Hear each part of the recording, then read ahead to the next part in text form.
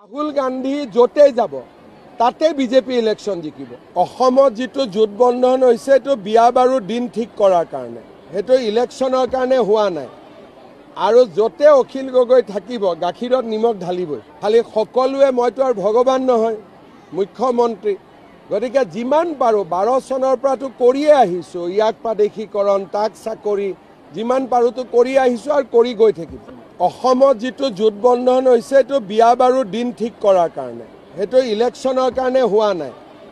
আৰু য'তে অখিল গগৈ থাকিব গাখীৰত নিমখ ঢালিবই।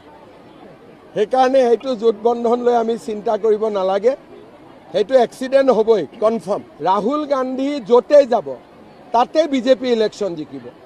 আৰু এই কথাটো মই বিহাৰত কৈ আহিছিলোঁ যে ৰাহুল গান্ধী হ'ল বিজেপিৰ আটাইতকৈ ডাঙৰ ষ্টাৰ কেম্পেইনাৰ। যদি ৰাহুল গান্ধী আহি যায় বিজেপি জিকাটো পাক্কা হৈ যায়, তেতিয়াহ'লে আমি 100% জিকি যাম। যদি ৰাহুল গান্ধী আহে, এজনে মানুহ যিমান কৰিব পাৰোঁ কৰি আছোঁ আৰু কৰি যাম।